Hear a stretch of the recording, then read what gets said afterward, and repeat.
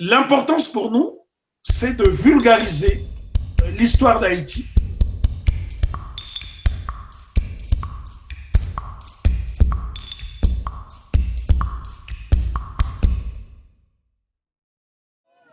Bonjour Lasconi.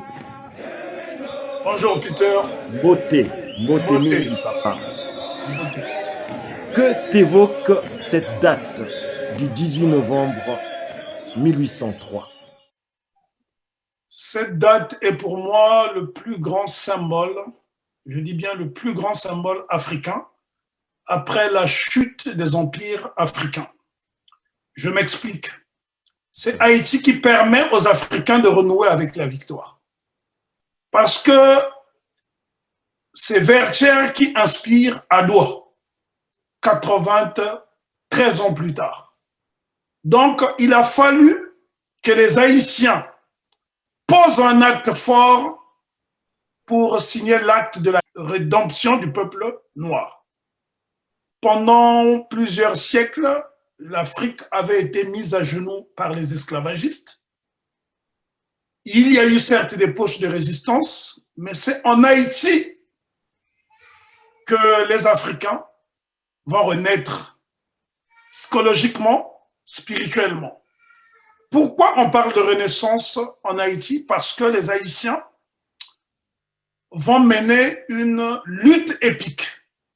Cette lutte épique ne commence pas à Vertières. Les Africains disent dans un proverbe très éloquent, le serpent ne s'attrape pas au milieu, mais par la tête. Donc, il nous faut faire la genèse.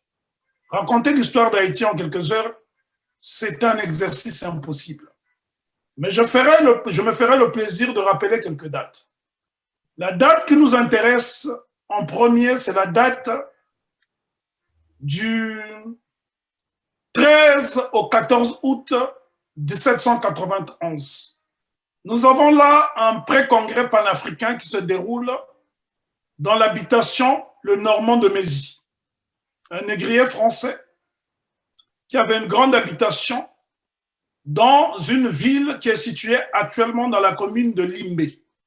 Limbé qui n'est autre que une localité du littoral camerounais. Ce qui nous montre que les Africains ont reconstitué des villes et les ont baptisées en leur donnant des noms originels. Les Haïtiens disent Limbé, nous sur le continent nous disons Limbé. Et si vous faites l'inversion du mot Limbé, ça vous donne Mbeli en lingala qui signifie couteau. Quel est le slogan que les Haïtiens adoptent pour mener la bataille? Couper tête, bouler, caille. Couper les têtes et brûler les maisons. Et je regrette que ce slogan n'ait pas été inscrit dans les armoiries de la République d'Haïti aujourd'hui, parce que pour moi, c'était un slogan fédérateur. Les Haïtiens, ce serait d'ailleurs une faute que de parler d'Haïti lors de la bataille de Vertières, parce que Haïti n'existe que à partir du 1er janvier 1804. Et il est bon de rappeler que ce pays a la particularité d'avoir proclamé l'indépendance 2 fois.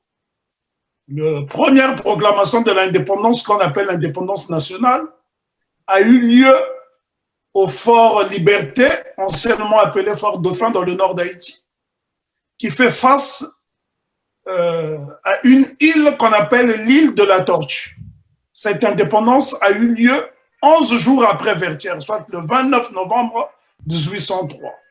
Et donc, c'est à partir du 1er janvier 1804 que l'empereur le général Jean-Jacques Dessalines, il n'était pas encore empereur à cette époque, qu'il va donc déclarer l'indépendance universelle aux Gonaïves. Mais ce qui m'intéresserait, c'est quand même de faire un tour au Bois Caïman, parce que les Africains, je dis bien les Africains, parce que Makandal n'était pas natif de Saint-Domingue, mais du Congo, puisqu'il a été déporté du Congo. C'est le précurseur de l'indépendance d'Haïti. Il a été brûlé vif en 1758. Si Makandal n'avait pas été trahi, Haïti aurait accédé à l'indépendance au moins 43 ans avant. l'efficacité de Makanda, c'est que c'était un grand prêtre Ngunza. Makandal est une déformation de Makanda. Le nom a été mal orthographié par un historien du 19e siècle du nom de Thomas Majou, qui a rajouté le L. C'est Makanda, qui a la même racine que le nom Musikanda, qui signifie membre de la famille. En Kikongo, lorsqu'on dit Kanda, Kanda signifie famille. Et quand on dit Makanda, ça signifie homme noir. Donc, Makanda, appelé communément Makandal, est le véritable précurseur de cette lutte épique qui va durer jusqu'à nos jours, puisque Haïti n'a pas connu de répit. Haïti se bat pour consolider son indépendance. La bataille de Vertières, pour moi, c'est le coup de grâce donné aux esclavagistes. Mais la plus héroïque des batailles, c'est celle de la Crête à Pierrot. Je pense que nous devons insister sur ces batailles. Lorsqu'on parle de la bataille de Vertières, on a l'impression qu'avant, il n'y a rien eu. Non. Les Africains à Saint-Domingue ont remporté des victoires significatives. La première a eu lieu le 23 février 1802 à la Ravine à Couleuvre.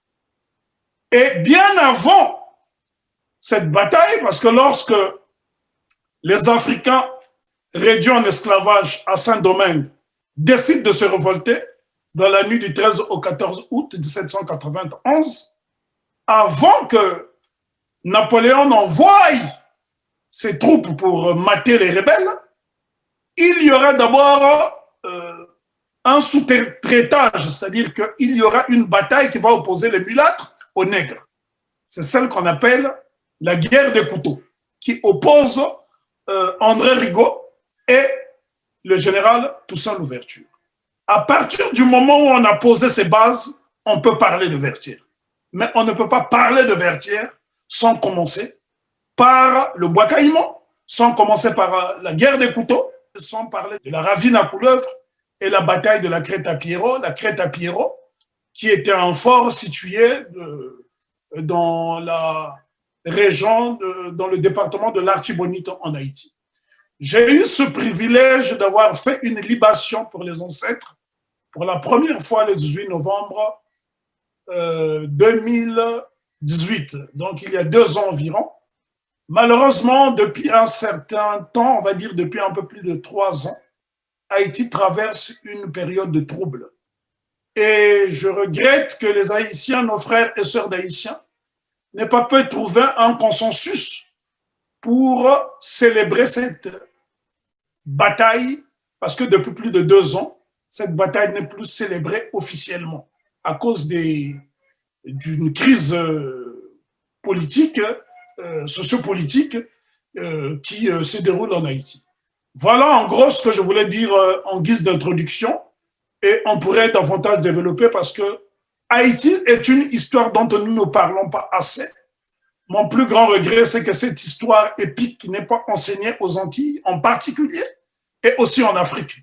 Parce que nous gagnerons en respectabilité en montrant ce que les Africains, j'insiste sur le mot africain parce que le processus de créalisation ne se déroule que bien plus tard. Ceux qui se sont battus à Vertières, ceux qui se sont battus à la Crête à Pierrot, nombreux étaient natifs du continent africain.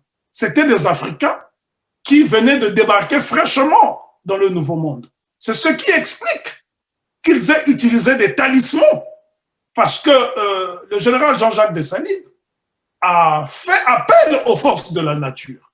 Mon plus grand regret aujourd'hui, c'est que le vaudou, qui est l'élément libérateur d'Haïti, a été en quelque sorte mis de côté.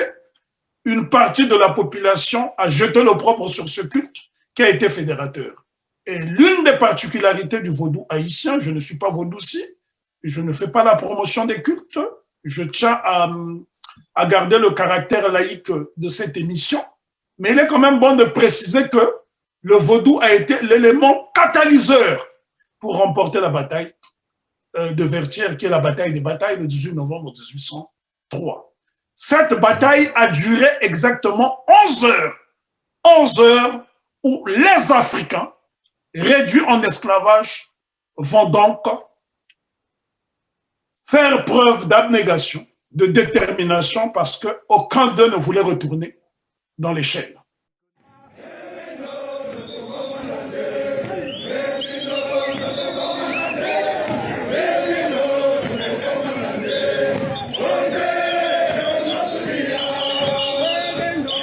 C'est bien le cycle Marronnage et réparation, édition 2020-2021,